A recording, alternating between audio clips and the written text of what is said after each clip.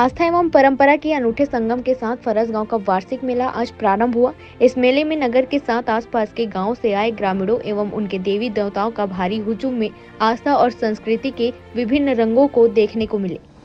इस मौके पर भीगे चावल एवं पुष्प पंखुड़ियों की वर्षा के साथ देवी देवताओं की अगुवानी की गई।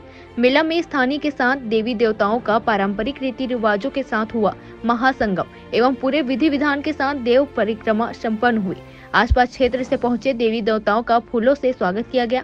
इस वर्ष भी मेले में व्यापारियों ने लगाई दुकानों को नगर पंचायत द्वारा टैक्स मुक्त कर दिया गया है, जिससे व्यापारियों में दुकान लगाने की उत्सुकता देखी जा रही थी।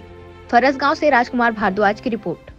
प्रति वर्ष की तरह इस वर्ष भी फरसगांव का मेला का आयोजन किया गया और ग्रामीणों मेला का जो आयोजन है ग्रामीण मेला का, क्योंकि जैसे लोग त्यौहार मनाते हैं उसी प्रकार जो देवी देवता है उनका भी त्यौहार होता है, जिसमें हर गांव में मेला मनाया जाता है। तो उसी प्रकार यहाँ फरसगांव मेला में भी आयोजन किया, जहाँ पर फरसगांव के आसपास के जितने भी परगना के देवी देवता हैं वहाँ फरसगांव मेला में आए और मंदिर में आके पूरा मेला का परिक्रमा करके मेला का समापन किया गया।